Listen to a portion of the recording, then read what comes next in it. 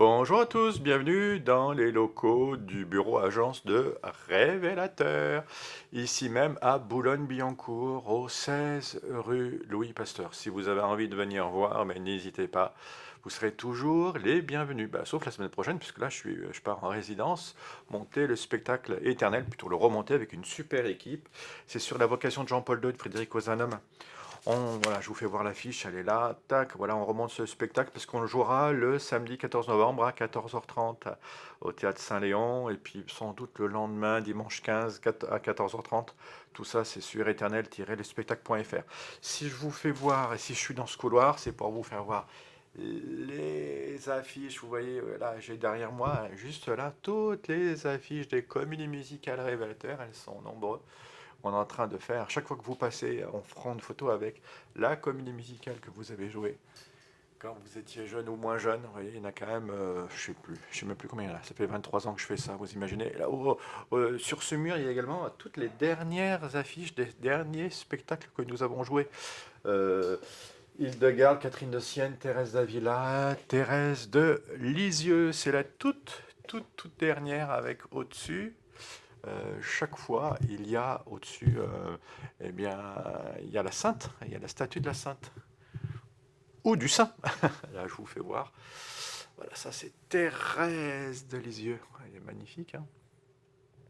Donc ça, elle est au-dessus de son affiche. On joue Thérèse de Lisieux très bientôt. On va la jouer également en novembre, 28 et 29 novembre. Tac, je vous fais voir ça. On joue plus à 20h30 évidemment, couvre-feu oblige. On joue Thérèse de Lisieux. 28 et 29, c'est à Boulogne-Billancourt, à l'espace Landowski. Et puis 12, 13 décembre, cette fois-ci, on joue au Théâtre Saint-Léon. Bon, si je viens à votre rencontre de nouveau, c'est pas pour vous faire voir que ça, c'est également pour vous faire voir ce qu'il y a tout au fond de mon couloir là-bas. Vous le devinez déjà un petit peu. C'est un ciel. Vous savez qu'il y a dans la vocation et dans la tradition, surtout, voilà, cherchez le mot, dans la tradition de l'Église catholique, il y a la belle tradition de faire des crèches pour Noël, puis vous mettez plein de santons autour de l'enfant Jésus, de la Vierge Marie, de Saint Joseph. Tout ça, c'est une belle initiative qu'avait eue Saint François d'Assise, et puis maintenant, toutes les familles catholiques font de même. Je vous invite, moi, à faire pour la fête de la Toussaint, puis après la fête des morts, au lieu de fêter Halloween, qui n'a pas trop de sens et qui n'est pas une fête chrétienne, fêter tous nos saints. Et pourquoi vous ne feriez pas aussi un ciel? Alors je vais vous faire voir le mien, hein. Il est sympathique, il est composé, lui, de petites statues. Vous avez ici, par exemple, Saint-Pierre. Grosso modo, vous avez en gros Jésus au centre, tous les saints et les saintes. En haut, il y a les archanges, et puis là, toutes les statues de la Vierge Marie possibles et imaginables. Il suffit qu'elle fasse 12 centimètres la collection, et elle peut intégrer la collection.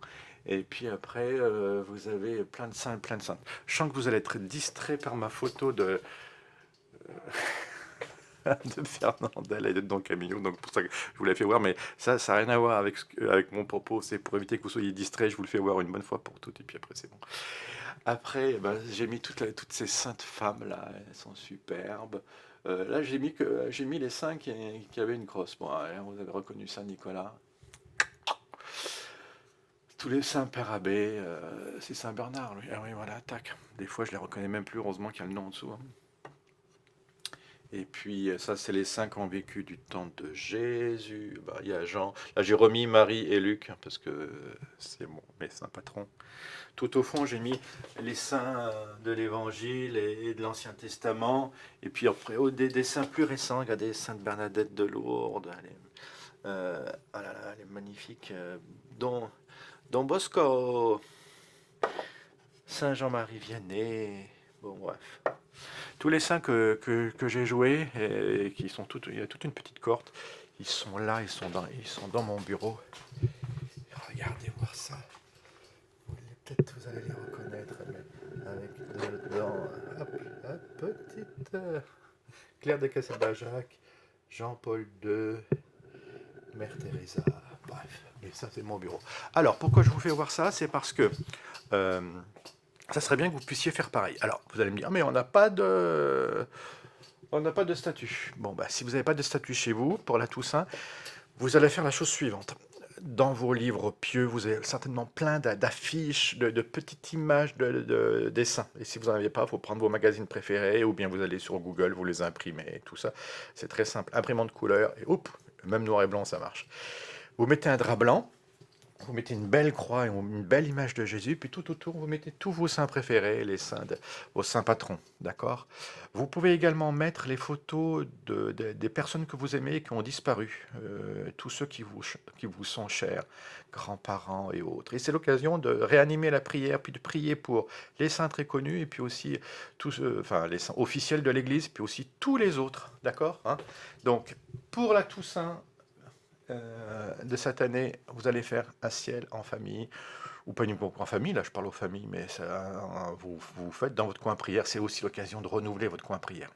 Bonne nouvelle, vous avez su que le Vatican a donné l'indulgence plénière, non pas uniquement que pour le 1er novembre et pour le 2 novembre quand on va dans un cimetière, mais il l'a donné pour tout le mois de novembre parce que, à cause du Covid, c'est pour éviter qu'on soit tous les uns sur les autres dans les cimetières.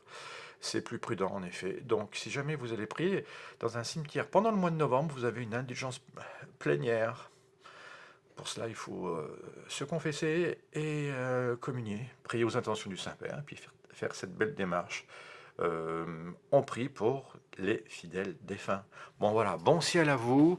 Ça va nous donner, j'espère que ça va vous donner envie d'aller jusque... Enfin, faire comme eux, quoi. Faire comme Saint-Louis. Euh, et tous les saints du ciel. Vivre bien sur cette terre. Et puis accéder au paradis. Allez, à bientôt. Bon ciel. Bon ciel à vous.